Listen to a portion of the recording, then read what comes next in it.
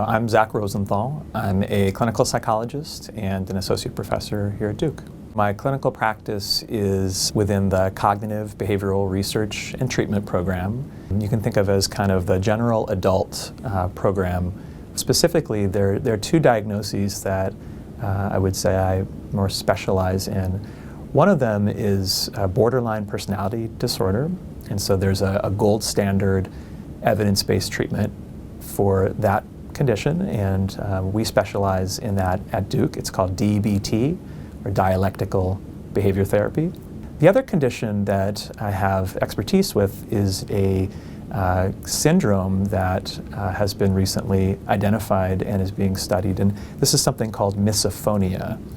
And misophonia is a condition where people have very intense reactions to trigger sounds. And trigger sounds can be anything, but they typically are sounds of people chewing or crunching or sniffing or snorting or coughing. Inconsistent noise in the environment that is uncontrollable and essentially we think is alerting the patient's threat system in their brain and throughout their body to be looking for danger kind of unconsciously and consciously.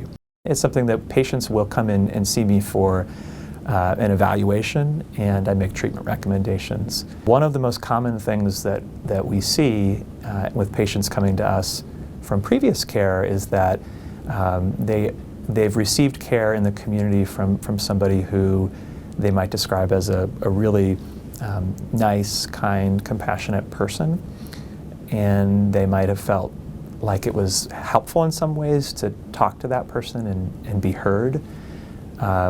But they'll tell us that they really weren't sure what the treatment was, and they really weren't sure what they were doing or how long they would be doing it, and it felt very unstructured and unclear. And so one of the things we like to do in our CBT program, and that I like to do, is to really help people not only feel supported, not only feel listened to, not only feel understood, but also be able to get better faster by having very targeted treatments that are shown to work